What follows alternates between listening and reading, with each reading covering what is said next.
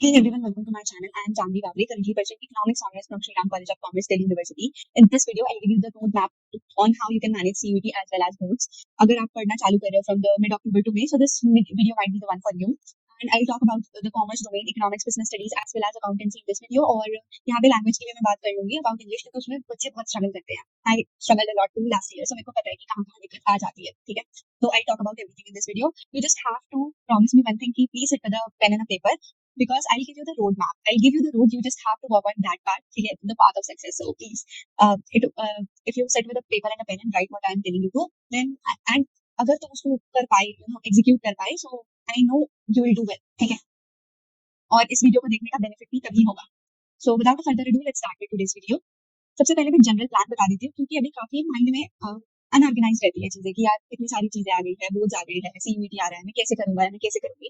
तो इसीलिए मैं पहले जनरल प्लान एक दे देती हूँ कि अच्छा ठीक है, तुम्हारे भी कितने महीने बचे, अक्टूबर, नवंबर, दिसंबर, जन, फेब, मार्च, अप्रैल एंड मई. तो हम अक्टूबर नवंबर को साथ में लेके चलेंगे, दिसंबर एक अलग है, फिर जन, फेब, मार्च एंड अप्रैल में फॉर सीयूईटी पूरा. ठीक है, क्योंकि देखो मार्च तक तो तुम्हारे बोर्ड्स ही है एंड देन उसके बाद तुम्हारा अप्रैल में तुमको पूरा सीयूईटी को देना है, तो वो थोड़ा सा अलग मंथ बैठ जाते हैं. एंड वन मोर थिंग कि there is a misconception among students कि अच्छा जी अगर मैं सिर्फ सीयूईटी के लिए पढ़ लूंगा तो बहुत है ना, बोर्ड्स को पढ़ने की क्या जरूरत है, but that is not the case. अब CUET is the by product of boards. ठीक है, अगर तुम बोर्ड्स में अच्छे से पढ़ लोगे, उसमें उसमें बहुत अच्छे से कॉन्सेप्ट कर लोगे ना क्लियर, तो CUET will be a cake walk for you. I am telling you. ठीक है, I have been there, I know कि क्या चीजें चल रही हैं, तो please just trust me on that.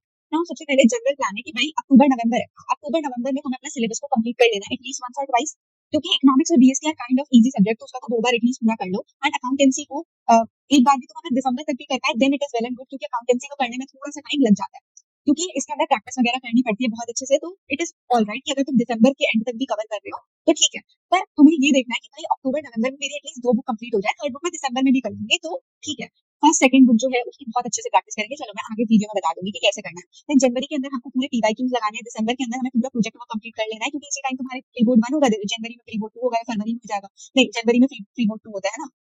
तो दैट इज द थिंग, क्योंकि प्रोजेक्ट फाइल के भी तुम्हारे 20 नंबर लगने हैं, वो बहुत आराम से तुम्हारे टीचर तुमको दिलवा देंगे, तो don't worry too much about that. But still तुम्हें पूरी तो करनी पड़ेगी ना, फाइल तो बनानी पड़ेगी, तो उसमें टाइम लग जाता है. तो मैंने तो अपना जो विंटर वेकेशन था वो दिया था प्रोजेक्ट वर्क को, 10 दिन दिया था, उसके अंदर मैंने 500 की 500 फाइलें बना के रेडी कर दी थी. तो यू कैन डू दैट, या फिर तुम अभी दिवाली वाला वेकेशन अपना यूज कर लो और वहाँ पे प्रोजेक्ट वर्क कर लो. ठीक है, पर प्री बोर्ड 1 भी अप्रोच कर ही रहे होंगे अभी तुम्हारे ना. यहाँ पे तुम्हारे पास जो है फरवरी और मार्च, इसमें तो बहुत ईजी चीज है कि भाई तुम्हें जो भी गैप डेज मिला है तो तुम उसी एग्जाम के लिए पढ़ोगे या फिर उसके नेक्स्ट एग्जाम के लिए पढ़ोगे जो अप्रोच कर रहा होगा. एक मतलब 1-2 दिन का गैप है तो वो भी तो एग्जाम के लिए कवर अप करना पड़ेगा ना, तो उसी गैप डेज में होगा. तो वो गैप डेज की अलग स्ट्रैटेजी होती है तुम्हारी, ठीक है, कि कैसे पूरे एक सब्जेक्ट को उन गैप डेज में कवर करके चंक्स में बांट के पढ़ना है. देन फॉर अप्रैल एंड मई पूरे का पूरा तुम्हारा सीयूईटी में जाएगा. ठीक है, अपने कॉन्सेप्ट्स को ब्रश अप करना पड़ेगा तुमको, जो भी तुमने बोर्ड्स के लिए पढ़ा था वही. फिर एनसीईआरटी रीड करनी पड़ेगी, रिवाइज करना पड़ेगा रोज, और उसके बाद तुम्हें टाइम बाउंड प्रैक्टिस करनी पड़ेगी कि अगर एग्जाम में तुम्हें 50 क्वेश्चन दिख रहे हैं ना 60 मिनट में करने के लिए, तो तुम वहाँ पे डरो ना ज्यादा. ठीक है, और मॉक पेपर लगाने पड़ेंगे जस्ट फॉर योर कॉन्फिडेंस. अपने कॉन्फिडेंस को ऊपर करने के लिए मॉक पेपर लगाने पड़ते हैं. मॉक पेपर तो तुम्हें यहाँ भी लगाने पड़ेंगे कि ये जनवरी में या जनवरी फरवरी में, जो जैसे दिसंबर जनवरी है, मॉक पेपर तो तुम्हें यहाँ पर भी लगाने ही पड़ेंगे ऑब्वियसली, और प्री बोर्ड्स भी तुम दोगे कि ताकि तुम्हें एटलीस्ट अपनी वीकनेस को पता चले ना कि कौन सा कॉन्सेप्ट मेरा इतना खराब है कि जहाँ मेरे हमेशा नंबर कट रहे हैं. देखो बात यह है कि एक बार तो सब पढ़ लेते हैं सिलेबस, ठीक है, वो बंदा टॉप करता है जो एक ही सिलेबस को 2 से 3 बार अच्छे से पढ़ता है, अपनी गलतियों को सुधारता है. ठीक है, and that is how you grow, that is how you get the fetch the marks. ठीक है, क्योंकि एक बार तो कोई गधा भी पढ़ेगा ना सिलेबस को, एक बार तो पढ़ के पास हो सकते हैं हम आराम से. ठीक है, वो कोई बात नहीं है, पर if you want to maximise your score 98 लाना, 99 लाना, 100 लाना, तुमको परफेक्ट स्कोर चाहिए, तो तुमको उसी सिलेबस को 2 से 3 बार पढ़ना पड़ेगा कि कोई गुंजाइश ही नहीं होना कि गलत करने. Now let us start with economics का सिलेबस. इकोनॉमिक्स के सिलेबस में तुम्हारे 3 पार्ट है. एक तो ये अपने बोर्ड्स का पार्ट है, कौन सा, मैक्रो इकोनॉमिक्स है, Indian economic development, and this is the CVT part जो कि माइक्रो इकोनॉमिक्स. अभी के लिए देखो, पहले मैं एक बार मैक्रो का ओवरव्यू दे देती हूँ. मैक्रो में तुम्हारे पास national income and related aggregates है, मनी एंड बैंकिंग है, determination of income and employment है, government budget and balance of payment है. तो ये तुम्हारे 500 यूनिट्स आ रही है. इसके अंदर से डिफिकल्ट यूनिट एक तो ये वाली है और एक ये वाली है, determination of income and employment. बाकी मनी एंड बैंकिंग बहुत इजी है, government budget is very very easy, balance of payment is बहुत इजी. ठीक है, ये तीनों ही बहुत इजी है. ना मैक्रो इकोनॉमिक्स को पढ़ने की अप्रोच क्या होनी चाहिए. सबसे पहले तो हम क्या करेंगे, यूट्यूब पे जाएंगे, लेक्चर देखेंगे. लेक्चर को देख लिया, हमें थोड़ा बहुत समझ आ गया, मतलब हमें 50% समझ आ गया कि अच्छा जी ये चैप्टर कहना क्या चाहता है. ठीक है, अब जब हमको ये पता चल गया तो हम रेफरेंस बुक पे जाएंगे, दैट इज संजीव गर्ग जो भी रेफरेंस बुक हमने खरीद रखी है. हम जाएंगे रेफरेंस बुक पे, उसमें से रीड करेंगे, उसमें से हाईलाइट करेंगे कि अच्छा जी हमने अभी यूट्यूब से ये पढ़ा, तो ये सब है इसके अंदर. ठीक है, हमने एक बार खुद से रीडिंग लगाई, सेल्फ स्टडी करा थोड़ा. वो करने के बाद what do you have to do, उसके बाद हमारा जो है 80% हमें कॉन्सेप्ट क्लियर हो जाएगा उस टाइम तक. थोड़ा सा नोट्स वगैरह बना के इफ यू वांट, वरना हाईलाइट करके भी हो जाती है चीजें. तो ठीक है, अब मैक्रो इकोनॉमिक्स में ये भी चीज है कि खुद से तुम्हें डायग्राम वगैरह बना के देखने पड़ेंगे. ठीक है, कि जैसे मैक्रो में डायग्राम कहाँ पे, determination of income and employment में आई गेस है ना, तो वहाँ पे तुम्हें देखना पड़ेगा यार, और थोड़ी थोड़ी सी देखनी पड़ेगी कि कैसे क्या चीजें चल रही है. तो वो सेल्फ स्टडी से होता है सारा का सारा. ठीक है, तो ये यूट्यूब से पढ़नी है, सेल्फ स्टडी करनी है, revise revise and revise. This is how तुम्हें मैक्रो इकोनॉमिक्स पढ़नी है। अब इंडियन इकोनॉमिक डेवलपमेंट का क्या है कि भाई तुम्हें इसके अंदर पूरा एनसीईआरटी पे फोकस करना है, ठीक है, इसमें करना है एनसीईआरटी पे। अब एनसीईआरटी का क्या सीन है इसके अंदर कि सबसे पहले तो तुमको यूट्यूब पे जाने सेम चीज करनी है, यूट्यूब पे जाएंगे हम रजत अरोड़ा सर से पढ़ेंगे, एंड देन फिर हम रेफरेंस बुक पे आएंगे, क्योंकि रेफरेंस बुक के अंदर क्या चीज है ना कि पॉइंटर्स में लिख के तुम्हें मिलती है चीजें। अब पॉइंटर में मिलके लिखी मिलती है चीजें, तो भाई वो पढ़ना ईजी रहता है तुम्हारे लिए। और उसके बाद तुम एक दो बार एनसीईआरटी रीड कर लो, तो then you be sorted for IID. इसके अंदर तुम्हारी 3 यूनिट है कि डेवलपमेंट ऑफ एक्सपीरियंस, इसमें 3 चैप्टर होंगे, 3 या 4। इसके अंदर 4 चैप्टर है, ये तो एक ही चैप्टर है, बहुत इजी चैप्टर है, लास्ट में पढ़ के हो जाएगा, इंडिया चाइना पाकिस्तान का है। देन माइक्रो इकोनॉमिक्स जो है, माइक्रो इकोनॉमिक्स ये वाला पूरा पार्ट है, ठीक है। अब इसके अंदर है तुम्हारा इंट्रोडक्शन, कंज्यूमर इक्विलिब्रियम, प्रोड्यूसर का behaviour and forms of market and price determination, तो ये सब है, ठीक है। तो इसको पढ़ने के लिए तुम्हारी पूरी की पूरी मतलब कॉन्सेप्ट क्लैरिटी बहुत अच्छे से चाहिए, इसके अंदर भी और इसके अंदर भी, और इसके अंदर तुम्हें सीधा रट्टा मारना सारी चीजों का, ठीक है, कि क्या चीज चल रही है क्या नहीं चल रही। ना माइक्रो इकोनॉमिक्स की यही है कि तुम्हें एमसीक्यू पे ज्यादा फोकस रह के पढ़ाई करनी है, ठीक है। बाकी मैक्रो और आईडी के लिए तो तुम्हें रिटर्न प्रैक्टिस भी करनी पड़ेगी ना। इसके अंदर हमारा ओवरऑल ऑब्जेक्टिव है कि हमें पूरा सिलेबस दिसंबर तक कंप्लीट कर लेना है 2 बार, फिर हमें बहुत अच्छे से कॉन्सेप्चुअल बेस बनाना है फॉर मैक्रो, और आईडी की अच्छे से तैयारी करनी है कि हमको हमारे दिमाग में चीजें बैठ जाए, एंड कंसिस्टेंटली प्रिपेयर करना है माइक्रो को फॉर सीयूटी, ठीक है। जनवरी मार्च में पीवाईक्यूज करने हैं, मॉक करनी है, और आंसर को पॉलिश करना है, क्योंकि पढ़ के ठीक है, लेकिन तुम जो लिख रहे हो दैट मैटर्स अ लॉट, उसके अंदर तुम कहाँ गलती कर रहे हो तो वो भी देखना बहुत जरूरी है। And then in April you have to मतलब पूरा एमसीक्यू और टाइम बाउंड प्रैक्टिस करनी है फॉर सी, ठीक है। तो अब मंथली प्लान क्या है, सबसे पहले तो मैंने मंथ्स को डिवाइड कर दिया, सबसे पहले अक्टूबर, नवंबर, दिसंबर, जन, फेब, मार्च एंड अप्रैल में, ठीक है। तो हमने 4 पार्ट्स में डिवाइड कर दिया अपने मंथ्स को। सबसे पहले तो जो इकोनॉमिक्स है उसको हमने ऑल्टरनेट डेज पे पढ़ना है, क्योंकि economics is easy as compare to maths and accountancy, ठीक है। तो इसको ऑल्टरनेट डेज पे पढ़ना है बिजनेस स्टडीज के साथ। अब कैसे, देखो एमडब्ल्यूएस में हमने इकोनॉमिक्स पढ़ लिया, तो टीटीएस में हम बिजनेस स्टडीज करेंगे। हमको कौन सा क्लैरिटी चाहिए, एज आई सेड, फिर हमको रेफरेंस बुक पढ़नी है, रिवाइज कर लेना है पूरा सिलेबस वाइज, ठीक है। देन दिसंबर जनवरी में हमें अपना फाइल वर्क को कंप्लीट कर लेना है, विंटर में रिवीजन करना है पूरा मैक्रो का प्लस आईडी का। और अब मैं प्री बोर्ड की बात करती हूँ, प्री बोर्ड आएंगे, ठीक है, मैं अभी ही बता देती हूँ सबके लिए जनरलाइज चीज बता रही हूँ। तुम्हारे प्री बोर्ड आएंगे अभी, ठीक है, प्री बोर्ड आ जाएंगे। अब प्री बोर्ड के अंदर तुम्हारे नंबर नहीं आएंगे, नंबर बहुत कम आएंगे, ठीक है। अगर तुम्हारे प्री बोर्ड्स के अंदर 70 प्लस नंबर आ रहे हैं ना 80 में से, तो तुम्हारा आधा फील्ड तो सॉर्टेड है, ठीक है, अगर पेपर अच्छे लेवल का बन रहा है तो। लेकिन प्री बोर्ड्स में नंबर नहीं देते हैं स्कूल वाले, बिल्कुल सही करते हैं वो। और बोर्ड्स के अंदर तुम्हारे प्री बोर्ड से मतलब 5 से 10% नंबर तुम्हारे ऐसे ही बढ़ जाएंगे, ठीक है। तो don't stress too much on pre boards की नंबर नहीं आ रहे हैं ये और वो। हाँ, थोड़ा स्ट्रेस दो कि हाँ मेरी गलती कहाँ हो रही है एक्चुअली में, जो मैंने गलत कर रहा हूँ या कर रही हूँ, तो उसको मैं सही कैसे करूँ, खुद के कॉन्सेप्ट को और कैसे स्ट्रॉन्ग करूँ, तो उस पर ध्यान दो तुम। ये मत देखो कि मेरे नंबर कम आ रहे हैं, उस पर फोकस ना करके ये देखो कि मैं गलती कहाँ कर रहा हूँ, मैं कहाँ सुधार सकता हूँ, ठीक है। क्योंकि I scored like 59 marks in accountancy एक बार, और एक बार 51 भी आए थे मेरे मैथ्स में out of 80, and then I ended up scoring 98 and 97 in both of them, ठीक है। क्योंकि भाई लास्ट में तुम्हारी प्रैक्टिस मैटर्स अ लॉट यार। और हाँ ठीक है, नहीं आएंगे नंबर, कोई बात नहीं, अभी हाफ ईयरली में भी नहीं आए होंगे कुछ बच्चों के, but that doesn't matter, and result matter करता है। तो बस हमको प्री बोर्ड को एज अ प्रैक्टिस मॉक देखना है कि अच्छा जी अगर नंबर कम भी आ गए तो कोई नहीं, हम आइडेंटिफाई कर लेंगे मिस्टेक्स को और अपने वीक एरियाज को फिक्स कर लेंगे, ठीक है। फिर मार्च में हमको पूरे पीवाईक्यू सॉल्व कर लेने हैं अपने, ठीक है। प्रैक्टिस करना है with keywords, time bound mock paper लगाने हैं, और रिवाइज मिस्टेक और कॉन्सेप्ट क्लैरिटी करनी गैप डेज के अंदर, ये सारी चीजें करनी है, ठीक है। दिसंबर जनवरी में तुमने प्री बोर्ड से देख लिया, और फिर फेब और मार्च में जो गैप डेज मिला है उसके अंदर हमको अपने पीवाईक्यू देखनी है, थोड़ा रिवीजन करना है, तो ये सब फेब मार्च में आएगा। अब अप्रैल में के तुम्हें पूरा स्विच कर देना अपनी प्रिपरेशन को सीयूईटी मोड में, डेली प्रैक्टिस करनी है, एमसीक्यू को मॉक्स लगाने हैं, है ना, और पॉलिश करना है माइक्रो, और रिवाइज करते रहना है साथ। तो that is the thing for economics thing, ठीक है। नाउ मैं बताती हूँ कैसे करना है ना। तुम्हारे पास कितना 45 डेज है, अगर मैं नवंबर की बात करूँ, अगर अक्टूबर या नवंबर, या और अगर मैं दिसंबर लगा लूँ तो 30 तुम्हें और डेज मिल जाएंगे, मतलब तुम्हारे पास कितना डेज है, 75 डेज है। इसको कैसे करेंगे, सबसे पहले तो ये एक हफ्ता लेगा चैप्टर, ये भी एक हफ्ता लेगा चैप्टर, अगर तुम बिल्कुल स्क्रैच से पढ़ रहे हो तो, ठीक है। और इसको रिवाइज करते रहना। देन ये तुम्हारा 3 दिन का चैप्टर है, ये तुम्हारा 3 दिन का चैप्टर है, दिस इज 2 दिन का चैप्टर। अगर तुम बहुत अच्छे से मतलब पूरा पूरा दिन लेके बैठ रहे हो तो तुम्हारे ये हफ्ता हफ्ता मतलब 121 एंड 22 मतलब ये तुम्हारे 1 महीने में हो जाएगी अगर तुम कर रहे हो तो, क्योंकि तुमने आधा पहले ही पढ़ रखा होगा। बस तुम्हें पॉलिशिंग की जरूरत है, रिविजन की जरूरत है इसकी, है ना। और if you are watching this video तो तुम पहले ही सिंसियर होंगे मेरे हिसाब से, तो तुमने कर रखी होगी चीजें काफी। नाउ आईडी का भी ये है कि तुमने यहाँ तक मेरे हिसाब से कर लिया होगा अभी तक, इसके 2 चैप्टर्स तक तो, है ना। तो तुमको इसके आगे मूव फॉरवर्ड करना है। बहुत मतलब बहुत जनरल चीजें पूछते हैं यार इसके अंदर से, लिटरली करंट चैलेंजेस क्या है, पुबर्टी वगैरह, इन सब पे क्वेश्चन आते हैं ना। मतलब मैं थोड़ा सा भूल गई हूँ बट स्टिल, तो काफी इजी रहता है आईडी का। और माइक्रो इकोनॉमिक्स को भी थोड़ा थोड़ा ध्यान दो, मतलब जैसे मैं कह रही हूँ कि अगर तुम्हारा पूरा एक हफ्ता है, ठीक है, तो हफ्ता है तुम्हारे पास, तो उसके अंदर जो तुम वीक डेज में काम कर रहे हो तो मैक्रो और आईडी पे करो वीक डेज में काम, और जो वीकेंड है उसमें माइक्रो कर लो, तो तुम्हारा बहुत सॉर्टेड चीज हो जाएगी यार ये, समझ रहे हो। उसके बाद मैंने पूरा ये इकोनॉमिक्स का बता दिया तुमको। Then let us go to the business studies theory, जिसके अंदर तुम्हारी 2 बुक है, book 1 and book 2। I scored 96 in business studies, और मेरे सीवीटी में आई स्कोर्ड 245, ठीक है। तो जो बिजनेस स्टडीज है इसके अंदर तुम्हारे 8 चैप्टर्स हैं यहाँ पे। Nature and significance of management, principle of management, business environment, planning, organising, staff and directive controlling, ये तो सारे फंक्शन ही है तुम्हारे। और इसके बाद तुम्हारी बुक भी है जिसके अंदर financial management, markets, marketing management और कंज्यूमर प्रोटेक्शन, ठीक है। बहुत जनरल चैप्टर्स है ये सारे। ठीक है। अब हमारा ऑब्जेक्टिव ये है कि हमें ट्वाइस 2 से 3 बार तो एटलीस्ट पूरा कर लेना है दिसंबर तक, क्योंकि business studies is very very easy. उसके बाद हमें केस बेस्ड क्वेश्चन, अब देखो बिजनेस स्टडीज के अंदर ना तुम्हारा मोस्टली पेपर केस स्टडी आता है। केस स्टडी मतलब कि तुम्हें खुद करनी होगी आई गेस केस स्टडी अभी हाफ ईयरली वगैरह में, कि तुम्हें आइडेंटिफाई करनी है चीजें, ठीक है। मैं एक बार दिखा भी देती हूँ केस स्टडी क्वेश्चन कैसे होते हैं। तो ये nature and significance of management की केस स्टडी है तुम्हारी। तो तुम्हें एक पर्सन दिया जाएगा कोई, ठीक है, वो क्या कुछ चीजें कर रहा होगा, तुम्हें उसके हिसाब से तुम्हें आइडेंटिफाई करके लिखनी है चीजें। ये तुम्हारी कॉन्सेप्चुअल क्लैरिटी देखता है बिजनेस स्टडीज में बेसिकली, कि भाई अगर वो लोगों को कंपनी में ले रही है ना, हु डेवलप सम प्रिंट, जैसे she appointed team of designer and craft people in the company who develop some print for the bed cover. तो भाई क्या है, क्या हो रहा है इसके अंदर, स्टाफिंग हो रही है ना ऑब्वियसली, कि वो टीम अपॉइंट कर रही है, तो हमें दिख ही रहा है ना इसके अंदर। तो बस फिर हमको ये बहुत इजी क्वेश्चन होता है अगर तुम्हारे कॉन्सेप्ट क्लियर है पूरे। तो केस स्टडी क्वेश्चंस तो काफी सारे पूछे जाते हैं बिजनेस स्टडीज में, जैसे कि मैंने आपको दिखाया। तो उसको तुम्हें थोड़ा सा पढ़ के चलना है, क्योंकि वो काफी ट्रिकी भी आ सकते हैं कभी कभी। तो जितना तुम्हारी कॉन्सेप्चुअल क्लैरिटी अच्छी है बिजनेस स्टडीज में उतना अच्छा है। रेक्टिफिकेशन इज वन थिंग, लेकिन कॉन्सेप्ट क्लैरिटी भी थोड़ा बहुत बिजनेस स्टडीज मांगता है, and it would not be a big deal अगर तुम you will end up scoring 100 on 100, ठीक है। I score 96 but I wanted to score 100, वो थोड़ी सी मैंने एमसीक्यूज में मिस्टेक कर दी, but the fact remain the same कि business studies is very easy subject. अगर तुम्हारे कॉन्सेप्ट उसके क्लियर है, तुमने प्रैक्टिस करी है अच्छे से, तो it will be all right, ठीक है। नाउ हमें मॉक पेपर जनवरी से मतलब दिसंबर जनवरी में लगाने चालू कर देने हैं, एंड अप्रैल फॉर सीयूईटी ना। मंथली प्लान की बात करें तो सबसे पहले अक्टूबर नवंबर में कोई alternate days with economics economics जैसे एमडब्ल्यूएफ, तो ये टीटीएस पढ़ेंगे हम। पढ़ना कैसे बिजनेस स्टडीज को, वही वही स्ट्रैटेजी यूट्यूब पर जाएंगे, रेफरेंस बुक से पढ़ लेंगे, पॉइंटर्स देख लेंगे, then go to NCERT read करेंगे, और उसके बाद क्वेश्चंस प्रैक्टिस करेंगे, टी2 लगा लेंगे थोड़े, है ना। यहाँ पे वही सेम है conceptual clarity, reference book, answer को देखो आंसर कैसे करना है, ठीक है। तो मुझे से बहुत प्रिसाइजली आंसर करना पड़ता है तुमको कोई भी क्वेश्चन में बिजनेस स्टडीज के, कि अच्छा जी तुम्हें एक क्वेश्चन जितना ब्रीफ में दे सकते हो ना उतना ब्रीफ में आंसर देना। बहुत ज्यादा भी लिखोगे तब भी नंबर नहीं मिलेंगे, पर इतना लिखना है कि हाँ एग्जामिनर को लगे कि हाँ बच्चा समझ गया।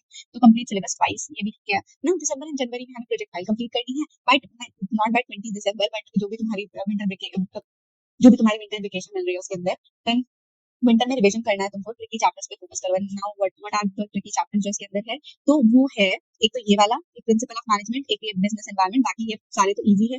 देन ये बहुत इजी है ना, ये थोड़ा सा ट्रिकी हो सकता है for some people. Financial management is a little tricky, और consumer protection is easy chapter.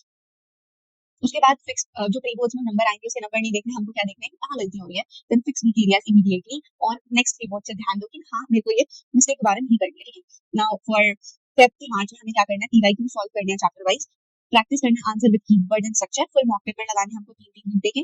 ये फेब मार्च में नहीं होना चाहिए बेसिकली, सॉरी ये वाला जो सारा काम है वो फेब में हो जाना चाहिए, मार्च का वेट प्लीज मत करना, क्योंकि मार्च में एग्जाम ही आ जाएगा। बस उसके अंदर तुम्हें फिर पॉलिश करना पड़ेगा अपने वीक टॉपिक्स मार्च के अंदर, ठीक है। तो ये जो पार्ट है कि सॉल्व पीवाईक्यूज और प्रैक्टिस आंसर कीवर्ड्स देखो, तो that can be done in February, लेकिन मार्च के अंदर पूरा तुम्हें रिवाइज और पॉलिश करना पड़ेगा वीक टॉपिक्स, और मॉक भी तुम्हें फेब में ही लगाने पड़ेंगे, दिसंबर या जैन फेब में, ठीक है। अप्रैल और मई के अंदर तुम्हें सीयूईटी बीएसटी पे पूरा फोकस करना पड़ेगा, टाइम बाउंड प्रैक्टिस करनी है, एमसीक्यूज वगैरह देख लेनी है, और फाइनल पॉलिश करना है। तो अगर तुम बिजनेस स्टडीज को पूरा अच्छे से और बोर्ड्स के लिए पढ़ लोगे, प्रिपेयर कर लोगे, कॉन्सेप्ट अच्छे से क्लियर कर लोगे, ठीक है, तो फिर तुम्हारे would be very easy for CUET, ठीक है। नाउ अकाउंटेंसी, अब अकाउंटेंसी में क्या है, तुम्हारी एक 3 बुक है, partnership, companies accounts and financial statement. ना पार्टनरशिप जो बुक है उसके अंदर तुम्हारे ये सारे चैप्टर्स है, लाइक 7 चैप्टर्स है उसके अंदर। तो एक तो है fundamentals, goodwill, admission and retirement and death and dissolution of the partner, इसके अंदर एक प्रॉफिट शेयरिंग रेशो भी है ना, वो बहुत इजी चैप्टर है। तो और कंपनीज अकाउंट के अंदर 2 ही चैप्टर है, issue of share and debenture. I guess कि अभी तुम्हारे हाफ ईयरली तक कितना सिलेबस हो गया होगा कंप्लीट, है ना, और ये तुम्हारा लास्ट के लिए बचा के रखा होगा। और ये तुम्हारे फाइनेंशियल स्टेटमेंट्स है, financial statement of a company, accounting ratios, cash flow statement, comparative and common size statement. अब मैं इसमें थोड़े से ट्रिकी चैप्टर्स बता देती हूँ कौन कौन से है। तो ये एक तो ये फंडामेंटल से तुम्हारा सबसे ट्रिकी चैप्टर है, एंड गुडविल बहुत इजी है, एडमिशन बहुत आराम से हो जाएगा, रिटायरमेंट हो जाएगा आराम से, थोड़ा डेथ पे थोड़ा सा फोकस कर लेना, एंड डिसोल्यूशन बहुत मतलब थोड़ा सा दिक्कत देता है, इसमें मेरा एक शायद नंबर कट गया था इन डिसोल्यूशन। उसके बाद ये जो कंपनीज अकाउंट्स है ना, इसके अंदर तुम्हारे issue of share and issue of debenture kind of a tricky subject. अगर तुम उसमें थोड़ा सा फोकस कर लोगे ना, मतलब एक बार तुम्हें कॉन्सेप्ट समझ आ गया, तो सारे क्वेश्चन निकालना इज वेरी वेरी इजी, क्योंकि ये थोड़े से ट्रिकी है, on the tricky side, they are on the tricky side, लेकिन once you get the hold of the concept इनसे इजी कुछ लगेगा ही नहीं। और मेरी फेवरेट बुक थी ये, क्योंकि मैंने इतनी प्रैक्टिस कर ली थी इसकी, इतनी ज्यादा कि बहुत इजी लगने लग गया था मेरे को सारा। और फाइनेंशियल स्टेटमेंट वाली जो बुक है इसके अंदर cash flow statement is kind of hard, अगर ये पूरा उठ के आ गया पेपर में तुम्हारे तो बस है, मतलब प्लीज इसको बहुत अच्छे से पढ़ना, इसमें बहुत टाइम लगेगा तुमको, बल्कि 1 महीना लग सकता है तुम्हें इस पूरी बुक को कंप्लीट करने में। दिसंबर इसलिए कह रही थी मैं कि दिसंबर तक भी होना थर्ड बुक, तो इट इज ऑल राइट। उसके बाद इसमें इजी चैप्टर, ये पूरी थ्योरी है यार, ये बहुत इजी है, इसमें सिर्फ फॉर्मूला इसमें लगाना पड़ता है अकाउंटिंग रेशियोज में, एनालिसिस में। और ये जो है कंपैरेटिव स्टेटमेंट है, ये बहुत इजी चैप्टर है, तुम्हारे 4 मार्क्स तो ऐसे ही देके जाता है। So that is the thing. Now इसको पढ़ना कैसे है, अकाउंटेंसी पढ़ना is a very tedious task please. Accountancy को प्लीज रोज 1.5 घंटा देना, वरना अकाउंटेंसी पानी में चली जाएगी, छपाक हो जाएगी बिल्कुल। क्योंकि जो तुम्हारी इकोनॉमिक्स एंड बिजनेस स्टडीज है are on the easier side, पर अकाउंटेंसी आते ही तुम्हारा सिलेबस बहुत डिफिकल्ट बन जाता है। तो व्हाट इज डिफिकल्ट, हमको बहुत प्रैक्टिस करनी पड़ती है यार अकाउंटेंसी में, है ना। And I have been there, I know that कि मैंने कैसे कैसे प्रैक्टिस करी थी उसकी, और बहुत दिक्कत हुआ करती थी जब सिली सिली मिस्टेक्स में कर देती थी। तो द थिंग इज कि अगर तुम थोड़ा बहुत गलत कर रहे हो ना क्वेश्चन, तो डोंट फील गिल्टी, क्योंकि मेरे साथ भी होती थी चीजें, बहुत सिली मिस्टेक्स हो जाती थी, नहीं आता था आंसर, ठीक है ना। उसको करना कैसे, सबसे पहले तो तुमको अपने concept, please please please please concept पे बहुत फोकस करो हर सब्जेक्ट के लिए। जब तक तुम्हें कॉन्सेप्ट ही नहीं समझ आएगा तब तक तुम कुछ नहीं कर सकते। तो कॉन्सेप्ट को हमने समझ लिया, हमको पता है कि अच्छा इस क्वेश्चन को हमें ऐसे ऐसे अप्रोच करना है, वो भी ठीक है। जब ये समझ आ जाए तो हम क्वेश्चन को लगाएं कैसे, प्रैक्टिस कैसे करें, किस वे में करें। तो देखो मैं बता रही हूँ, सबसे पहले हम क्या करेंगे, जैसे let me just open up your TS Grewal book, मैं एक बार उसको ओपन करके तुम्हें समझाती हूँ कि क्या कहना चाहती हूँ। So this is the TS Grewal book, जिसमें मैंने अभी चैप्टर नंबर 1 ओपन कर रखा है। एक अकाउंट चैप्टर नंबर 2 है, accountancy for partnership and fundamentals of partners, ठीक है। ये मैंने ओपन अप कर रखा है अभी, तो मैं इसको बताती हूँ कि तुम्हें कैसे पढ़ना है। सबसे पहले तो मैं देखूंगी कि अच्छा जी इसके अंदर कौन कौन से टॉपिक्स है, तो मेरे को सबसे पहले मीनिंग वगैरह पढ़ना है, इसका एसेंस क्या होता है, राइट्स क्या होता है पार्टनर्स के, हाँ, interest on loan, interest on drawing, ये सब प्रोविजंस क्या होते हैं जो पार्टनरशिप के एब्सेंस में लगते हैं। फिर स्पेशल एस्पेक्ट क्या है ना, गारंटी का एक क्वेश्चन आता है तुम्हारा, और अप्रोप्रिएशन पास्ट एडजस्टमेंट आता है। तो मेरे को पता है कि अच्छा जी ये सारे टॉपिक्स है, अब मैं इन सारे टॉपिक्स को एक जगह पे लिख के रखूंगी, ठीक है। उसके बाद मैं क्या करूंगी, सबसे पहले मैं इस वाले टॉपिक पे जाऊंगी, यार लेट अस डू टॉपिक जिसमें तुम्हें अच्छे क्वेश्चन मिले। तो लेट मी सी, मैं सबसे पहले मान लो कि स्पेशल एस्पेक्ट में मैं जा रही हूँ पास्ट एडजस्टमेंट में, ठीक है, क्योंकि इसका क्वेश्चन है, क्योंकि तुम्हारा आने आना है। तो मैं इस टॉपिक पे आ गई, दैट इज पास्ट एडजस्टमेंट। अब सबसे पहले मेरे को यहाँ पे इन्होंने दे रखा है कि कैसे करते हैं, ठीक है। सिंगल एंट्री पास करते हैं, डबल एंट्री पास करते हैं, तो सब कुछ दे रखा है इस बुक के अंदर। तो प्लीज एक बार देखो कि हाँ इसमें कैसे दे रखा है, उसको एक बार रीड कर लो प्लीज। कोई रीड नहीं करता इस बुक को, आई नो, पर इसके अंदर बहुत अच्छे से एक्सप्लेन कर रखी है चीजें, क्योंकि मैंने पढ़ी थी ये सब। अब इसके अंदर हम क्या करेंगे कि सबसे पहले देखो पूरा स्टेप वाइज बता रखा है कि कैसे करना। जैसे अब हमने देखा कि ये सबसे पहला क्वेश्चन है, तो सबसे पहला क्वेश्चन सबसे इजी क्वेश्चन होता है। तो हमने क्या किया कि इस बुक में से सबसे पहले दो इजी क्वेश्चन कर लिए, ये हमने 36 और 37 वाली इलस्ट्रेशन करी, ठीक है।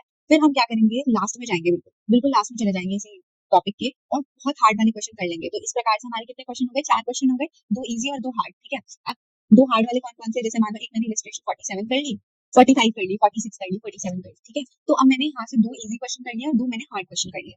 अब मैं जाऊंगी बिल्कुल ही इसके लास्ट में, क्योंकि यहाँ पर भी काफी सारे क्वेश्चन इन्होंने दे रखे हैं। तो मैं फिर से वही ढूंढूंगी अपना फास्ट एडजस्टमेंट वाली चीज।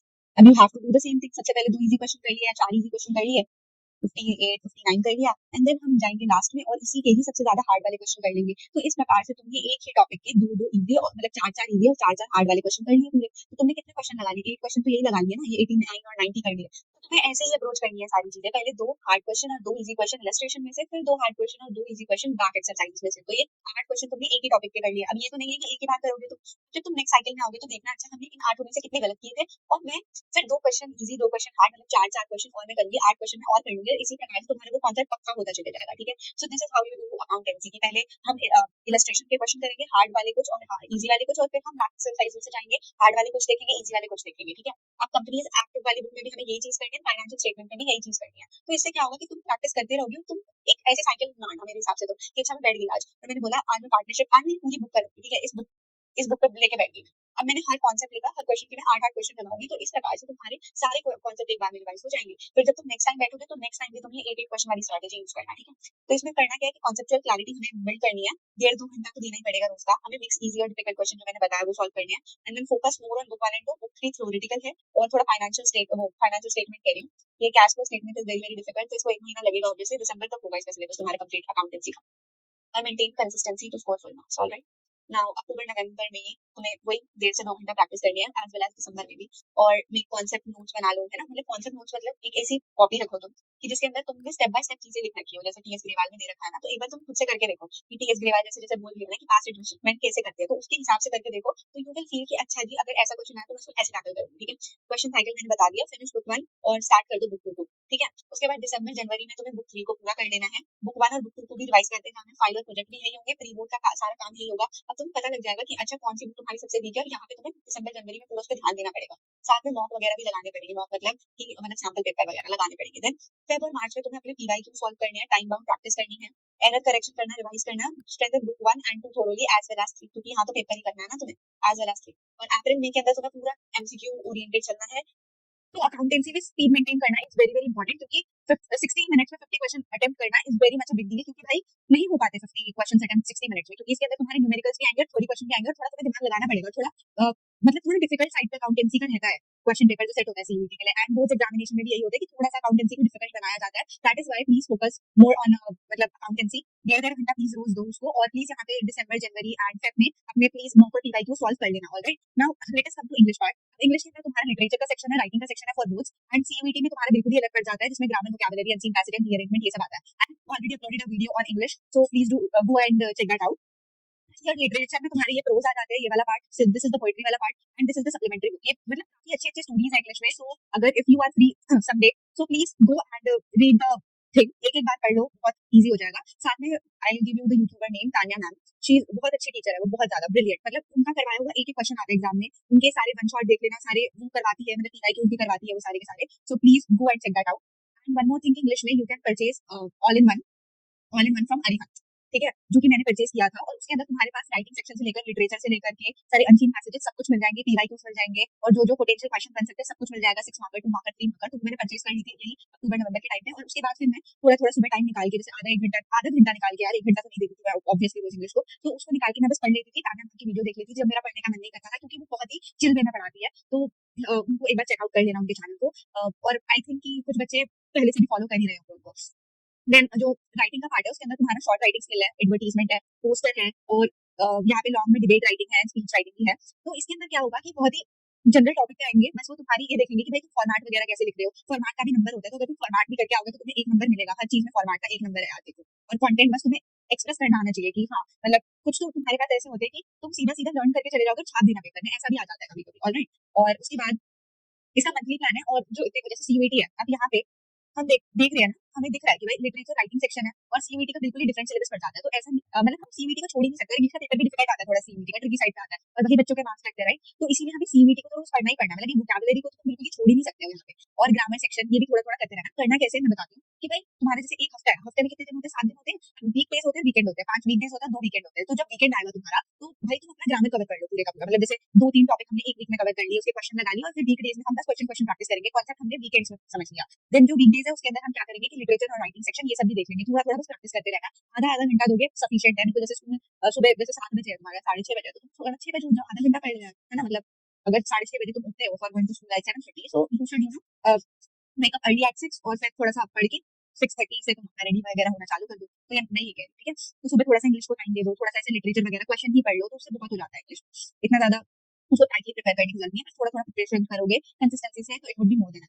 नाउ इसको प्रैक्टिस कैसे करना है, जैसे अक्टूबर नवंबर है, वोकैबुलरी तो हमने डेली करनी है, ठीक है. लिटरेचर शॉर्ट नोट्स देखना है, लाइट ग्रामर की प्रैक्टिस करनी है, जो कि मैंने बता दिया कैसे करनी है. फिर है दिसंबर जनवरी में रिविजन तो करते रहना. अगर रिविजन नहीं करोगे तो सब भूल जाओगे. लिटरेचर का फाइनल रिविजन करना है. मार्च में मॉक टेस्ट देने हैं, एरर करेक्शन करना है, फाइनल कॉलेज, ठीक है. मतलब जब तुम प्री बोर्ड्स दोगे ना, तो तुम्हें समझ आ जाएगा कि तुम्हारी कहाँ इंग्लिश में मिस्टेक हो रही है. अपनी मैम से पूछना कि कैसे लिखना है, कैसे नहीं लिखना, मतलब उनको चेक करवा देना बेसिकली. और अगर नहीं चेक करती है तो चैट जीपीटी तो है हमारे पास, तो वो बहुत बेनिफिट करेगा तुम. Alright, now and at last, if I can do it, so you can. That is what I want to say. Let me just give you a quick revision of whatever I said till now. सबसे पहले तो हमको यहाँ पे देखो, अक्टूबर नवंबर में हमें syllabus complete करना है एटलीस्ट वंस. जो अपना अकाउंटेंसी का है वो दिसंबर तक भी होगा, तो नो प्रॉब्लम एट ऑल, बस प्रैक्टिस करते रहना. जनवरी और फेब में हमें पीवाईक्यूज और मॉक लगाने चालू कर देना, सैंपल पेपर हर उसके. मैंने गलती से क्या पता बोल दिया हो यहाँ पे वीडियो में कि फेब मार्च में करना, but that is not it. जनवरी और फरवरी में स्टार्ट कर देना अपने मॉक्स लगाने. ऑलराइट, और दिसंबर में हमको क्या करना है, प्रोजेक्ट वर्क कंप्लीट करना, ठीक है. नाउ नेक्स्ट अपना फिर में अपने कॉन्सेप्ट को ब्रश अप करना है, क्योंकि फिर तुम्हारा पूरा high time for preparation for CUET आ जाएगा. उसमें टाइम बाउंड प्रैक्टिस करनी है, क्योंकि अगर तुम एमसीक्यू की प्रैक्टिस नहीं करोगे तो सीयूईटी का कुछ नहीं कर पाओगे. राइट, देन मॉक पेपर यहाँ पे भी लगाने, टाइम बाउंड प्रैक्टिस करनी, क्योंकि प्रेशर झेलना is very very difficult examination के टाइम पे. दैट इज व्हाई पीपल से कि भाई सैंपल पेपर लगाओ या फिर तुम मॉक पेपर लगाओ, क्योंकि हमको पता है ना कि मतलब एक बार थोड़ी सी प्रैक्टिस करनी बहुत जरूरी होती है इन सब चीजों की, पूरी टाइम बाउंड. क्योंकि वहां पे जाके जब तुम बिल्कुल ही नए में बैठोगे तो तुम भूल सकते हो ना चीजें, प्रेशर नहीं हैंडल किया जाता. इसलिए हम थोड़ा वार्म अप करते हैं मॉक लगा के, है ना. और हम अपने वीक एरियाज वगैरह को देखते हैं कि गलती ना. देन इकोनॉमिक्स का सिलेबस वगैरह बता दिया, मंथली प्लान कैसे करना है. बिजनेस स्टडीज इकोनॉमिक्स को अल्टरनेट डेज पे चलना है. फिर अकाउंटेंसी में मैंने बताया कि इजी क्वेश्चन करना है, डिफिकल्ट करना है, वो साइकिल पूरी फॉलो करनी है, ठीक है. एंड इंग्लिश का भी मैंने बता दिया कि कैसे वीकेंड्स और वीकडेज में आपको डिवाइड करके पढ़ाई करनी है, ठीक है. So that is it. And if you find my video informative, please do like, subscribe and share my channel to your friends. And if you want me to make more such videos, please comment down below. I am ready to help you guys out. And if you are facing any problem, I'm here. Please comment down below, and I would definitely, it would be the privilege to help you solve your queries. And thanks for watching this video. Bye bye.